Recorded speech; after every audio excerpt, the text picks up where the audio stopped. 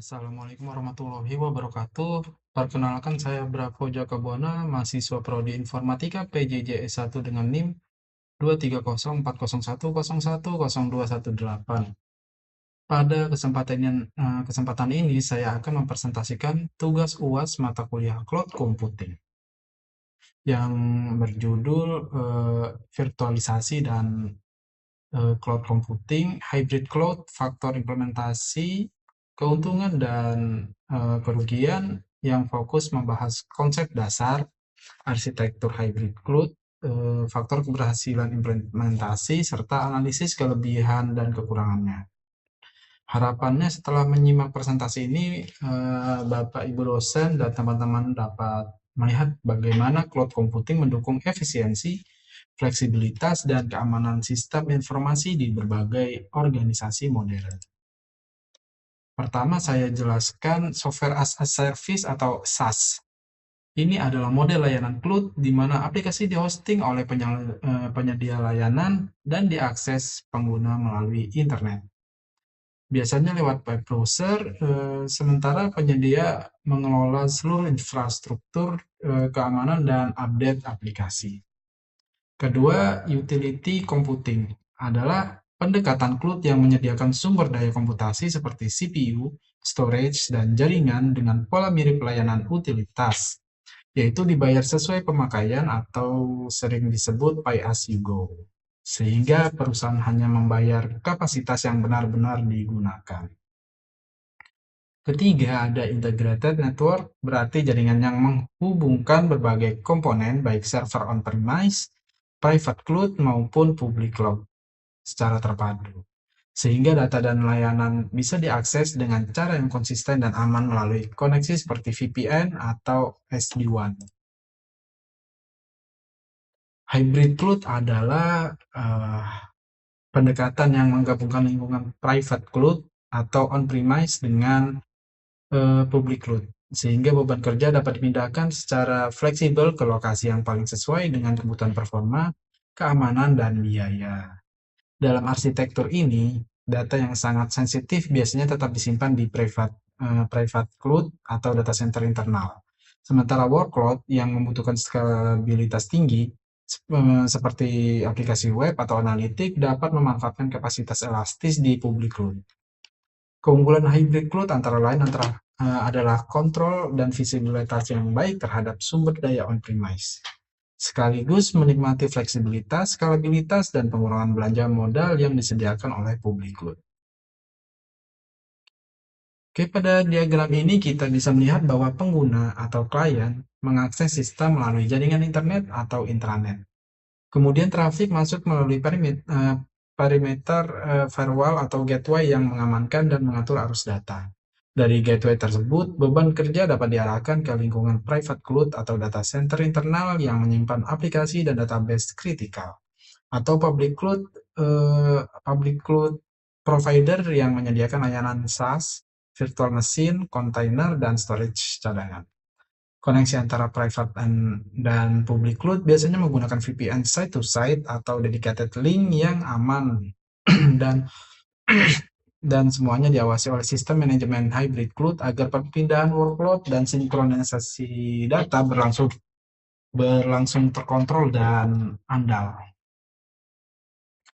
Dalam implementasi cloud computing di perusahaan, keberhasilan tidak hanya ditentukan oleh teknologi, tetapi juga oleh 4 faktor utama. Yang pertama adalah strategi dan kesiapan organisasi, termasuk adanya roadmap cloud, lalu ada dukungan manajemen puncak, serta kesediaan mengubah proses bisnis ke arah digital. Faktor kedua adalah keamanan dan kepatuhan, yaitu penerapan kontrol seperti enkripsi, identity and access management, firewall, serta kepatuhan terhadap regulasi perlindungan data dan standar industri, karena cloud tetap harus memenuhi persyaratan hukum dan audit. Faktor ketiga dan keempat adalah arsitektur dan integrasi teknologi yang baik. Misalnya, integrasi sistem legasi dengan layanan cloud lewat API, serta manajemen biaya dan SLA, di mana perusahaan harus memonitor penggunaan resource, mengoptimalkan biaya pay as you go, dan memastikan perjanjian layanan dengan provider cloud yang jelas dan terukur.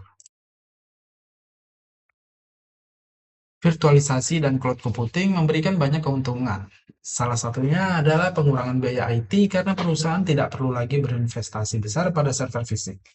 Ruang data center dan siklus refresh hardware biaya bergeser menjadi operasional sesuai pemakaian. Selain itu, cloud menawarkan skalabilitas yang sangat tinggi di mana kapasitas komputasi dan storage dapat dinaikkan atau diturunkan dalam hitungan menit untuk menyesuaikan dengan lonjakan atau penurunan beban kerja tanpa harus membeli perangkat baru. Keuntungan berikutnya adalah ketersediaan dan keandalan infrastruktur yang tinggi, karena provider cloud biasanya membangun arsitektur yang redundant dan menyediakan fitur backup serta disaster recovery yang meminimalkan downtime.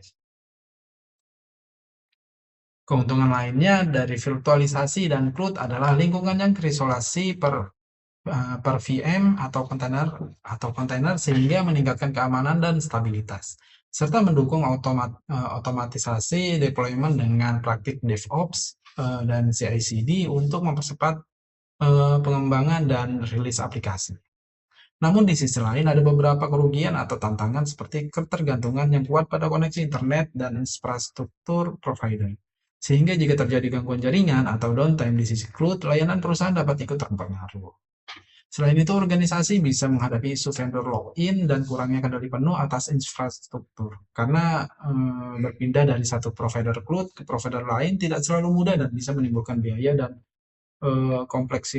kompleksitas yang eh, tambahan. Sebagai contoh kasus, saya mengambil lingkungan rumah sakit, di mana data rekam medis elektronik dan sistem yang sangat sensitif dapat disimpan di private cloud atau on-premise untuk menjaga privasi dan kepatuhan regulasi, sementara aplikasi manajemen antrian atau dashboard manajemen bisa dijalankan di public cloud yang lebih fleksibel.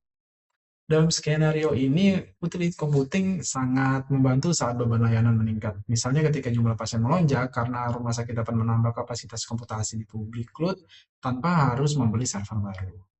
Rumah sakit juga dapat memanfaatkan SaaS untuk kolaborasi dokumen, email, dan telekonferensi antar tenaga kesehatan. Sehingga koordinasi antar unit termasuk CSSD dan unit lain menjadi lebih efektif dan terintegrasi.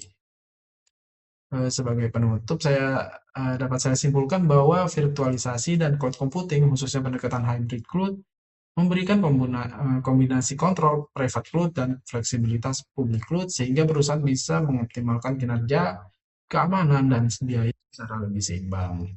Keberhasilan implementasi tidak hanya bergantung pada teknologi, tetapi juga strategi organisasi, keamanan dan kepatuhan, integrasi arsitektur, serta manajemen biaya dan SLA yang matang sehingga manfaat cloud benar-benar dirasakan dalam jangka panjang. Demikian presentasi UAS mata kuliah cloud computing dari saya, Bravo Joko Buana, Prodi Informatika PJJ 1. Terima kasih atas perhatian Bapak Ibu dan teman-teman. Assalamualaikum warahmatullahi wabarakatuh.